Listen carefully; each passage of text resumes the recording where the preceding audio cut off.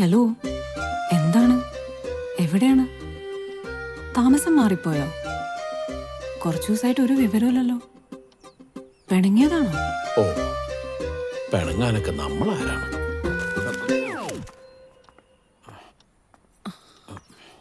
എന്താ എന്താ അടുത്തി നിന്റെ പെട്ടി വല്ല ഇരിപ്പുണ്ടോ?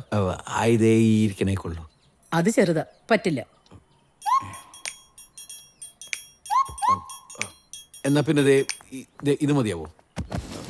ഈ പെട്ടി ഓ, പഴയതല്ലേ, അത് വേണ്ട. പഴയതായോ? ഓ, അങ്ങോട്ട് അല്ല, അങ്ങോട്ട് പോബ്രോ, അപ്പുറത്തോണ്ട് കളി. എന്ത് കണ്ടാലും എടുത്തോണ്ട് വരും. കൊണ്ടകള ദൂരെ കൊണ്ടകള. ചെല്ലേ, ആ സ്റ്റെപ്പിന്റെ അടി കൊണ്ടേ വെക്കേ കളാ. അല്ല, എടുത്ത് എന്തിനാ പെട്ടി? കൊറേ നാളായിട്ട് മോള് കിടന്ന് വിളിക്കുക. ഇപ്പൊ ആ ചെറുക്കനെയും പറഞ്ഞു വിട്ടു. ഞാൻ അങ്ങോട്ടൊന്ന് പോയാലോന്നാ. എന്താ മോളുടെ സ്നേഹം. പോന്നു യുഎസിലേക്കല്ലേ, അല്ലാണ്ട് പാതാളത്തിലേക്കല്ലല്ലോ. ചേർത്ത് ധൈര്യമായിട്ട് പൊക്കോ, പെട്ടി ഞാൻ സംഘടിപ്പിച്ചു തരാന്ന്.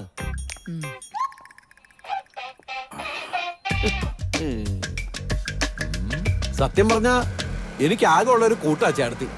ആള് പോയി കഴിഞ്ഞാൽ ഞാൻ ഒറ്റപ്പെട്ടു പോകും. എനിക്ക് അത് ഓർക്കുമ്പോഴാ.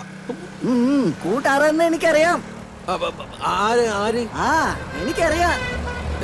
എന്ത് ഏത് ജനറേഷൻ ആയാലും ഈ രോഗത്തിന്റെ സിംറ്റംസ് സെയിം ആണ് ചേട്ടാ. ആ, അതൊക്കെ പോട്ടെ. What's your plan? Live in ആണോ അല്ലെങ്കിൽ അറേഞ്ച് മാരേജ്? അത് നമുക്ക് ഓരോ കപ്പ് ഐസ്ക്രീം കഴിച്ചിട്ട് ഇരുന്ന് സംസാരിച്ചാലോ? കപ്പ് ഐസ്ക്രീമോ? അതെ. അതൊന്നും വേണ്ട ചേട്ടൻ, കാര്യം പറ. എന്നാ പിന്നെ give me some time.